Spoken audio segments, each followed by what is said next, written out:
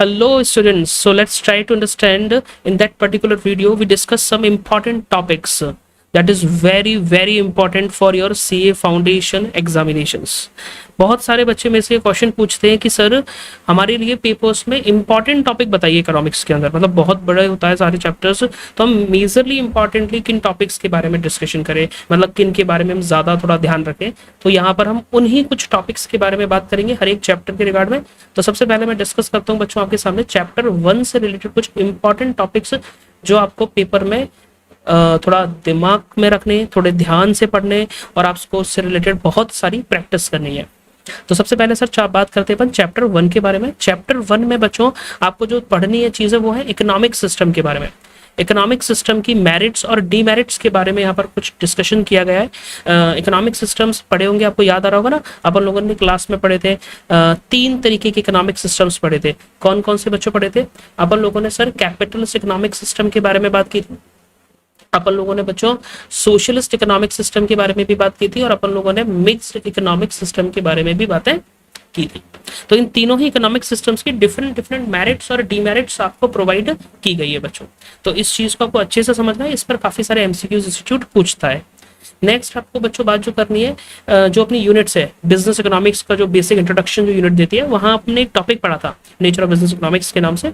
वहां पर आपको कुछ इकोनॉमिक्स के नेचर्स दे रखे थे बिजनेस इकोनॉमिक्स के, like it is a science और एन आर्ट, करेक्ट। तो वहां पर कुछ पॉइंट्स थे लाइक प्रैग्मेटिक इन अप्रोच वो होता है, नॉर्मेटिव एंड पॉजिटिव। ये नॉर्मेटिव एंड पॉजिटिव ये काफी इंपॉर्टेंट है, इससे रिलेटेड काफी सारे एमसीक्यूज इंस्टीट्यूट रेगुलरली पूछता रहता है बच्चों। तो आपको जो थोड़ा इसको ध्यान रखना है, इसको समझ के करना है बहुत अच्छे से।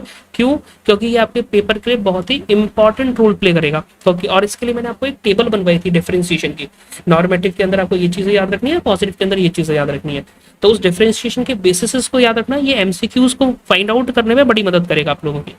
चलिए, उसके बाद बच्चों चैप्टर 2 के अंदर जो आपको डिस्कशन करना है मेजरली, वो आपको बातें करनी है किस चीज के बारे में।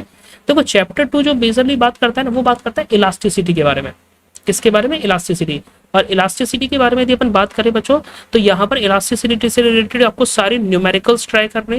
क्यों सर? क्योंकि इंस्टीट्यूट इस चैप्टर से मेनली जो न्यूमेरिकल पूछता है वो इलास्टिसिटी से रिलेटेड पूछता है। तो सारे फॉर्मूलाज, कॉन्सेप्ट और प्रैक्टिस करनी है इसमें सबसे ज्यादा क्वेश्चंस की, तभी आप इसमें अच्छे नंबर्स अचीव कर पाओगे। तो आपको न्यूमेरिकल्स आपको अच्छे से पता होने चाहिए, सारे फॉर्मूलाज आपको सारे लर्न होने चाहिए बच्चों, और कॉन्सेप्ट पता होने चाहिए। उसके बाद बच्चों इसी चैप्टर में जब नेक्स्ट यूनिट पर अपन चलते हैं, तो वहां पर आपको law of diminishing marginal utility और कंज्यूमर सरप्लस, ये दो अल्टीमेटली लॉ पढ़ाए जाते हैं, जो एक अल्फ्रेड मार्शल ने दिया हुआ है और एक हिक्स और एलन ने। तो इसके रिगार्ड में बहुत छोटी छोटी बातें अपन ने की थी, वो सारे पॉइंट्स आपको थोड़े याद में रखने, क्योंकि इससे रिलेटेड आपको एमसीक्यूज पेपर में देखने के लिए मिलते हैं बच्चों। उसके बाद यदि अपन बात करें चैप्टर 3 में, तो चैप्टर 3 में बच्चों आपको जो मेजरली फोकस्ड एरियाज है वो आपका है चैप्टर 3 में। जो यूनिट 1 है वो आपकी थ्योरी ऑफ प्रोडक्शन के बारे में बात करती है। यहाँ आप लोग कुछ प्रोडक्शन फंक्शंस पढ़ते हो बच्चों। क्या पढ़ते हो?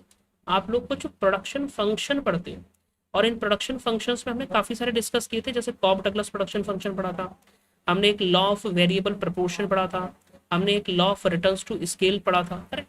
तो इसमें से सबसे ज्यादा जो इंपॉर्टेंट है वो है लॉ ऑफ वेरिएबल प्रपोर्शन। यहाँ पर एक डायग्राम बनाते हैं अपन लोग, जहां पर आपको रिलेशनशिप आइडेंटिफाई करते हो, एक स्टेजेस देखते हो, तो उसकी अच्छे से अंडरस्टैंडिंग करना, that will help you to understand the whole concept very easily. और यहाँ से नंबर्स बहुत सारे आते हैं, क्योंकि क्वेश्चंस काफी सारे यहाँ पर पर्टिकुलरली पूछे जाएंगे आपके इंस्टीट्यूट से। नेक्स्ट इसमें आपको एवरेज प्रोडक्ट, मार्जिनल प्रोडक्ट और टोटल प्रोडक्ट, इनके कर्व्स की अंडरस्टैंडिंग बहुत अच्छे से रखनी है बच्चों। आपको याद होगा ना टीपी जिस तरीके से बढ़ता था, एपी नीचे जाता था और एमपी भी होता था, करेक्ट। तो आपने एक रिलेशनशिप पढ़ी थी इस कर्व की पर्टिकुलरली, तो वो रिलेशनशिप्स को आपको बहुत अच्छे से समझना है। और एक आपको कॉस्ट से रिलेटेड भी यहाँ पर एक यूनिट है, जहां पर आपको average cost, marginal cost, fix cost और वेरिएबल कॉस्ट, इसको बहुत अच्छे से कॉन्सेंट्रेशन से पढ़ना है। इसके आपको सारे कर्व की नॉलेज अच्छी होनी चाहिए, आपको इसके न्यूमेरिकल भी प्रैक्टिस करने बच्चों।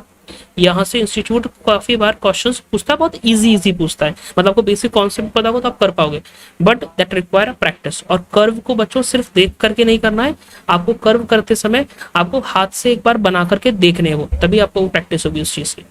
चैप्टर 4 में आपको जो मेजर इंपॉर्टेंट एरियाज ध्यान रखनी है वो डिफरेंट मार्केट फॉर्म्स पढ़े थे अपन लोगों ने बच्चों। जैसे आपने परफेक्ट कंपटीशन पढ़ा था सर, आपने मोनोपोली पढ़ा था, आपने मोनोपोलिस्टिक कॉम्पिटिटिव मार्केट पढ़ा था और आपने एक ऑलिगोपोली मार्केट पढ़ा था। इन चारों ही मार्केट फॉर्म्स में आपको डिफरेंट डिफरेंट के कर्व्स और सिचुएशंस दी गई है, आपको उनको अच्छे से समझना है, अच्छे से लर्न करना है और वो कर्व बनाने हैं, क्योंकि उससे रिलेटेड क्वेश्चंस आपको मिलेंगे पेपर में। एक यहीं पर बच्चों एक यूनिट है बहुत सिंपल सी, यूनिट 2, जहां पर डिमांड एंड सप्लाई में चेंजेस करके ज्यादातर फैक्टर्स की वजह से जो अपन ने सेकंड चैप्टर में पढ़े थे उनका एप्लीकेशन कर्व पर कैसे होता है, न्यू इक्विलिब्रियम पॉइंट कैसे निकालते हैं।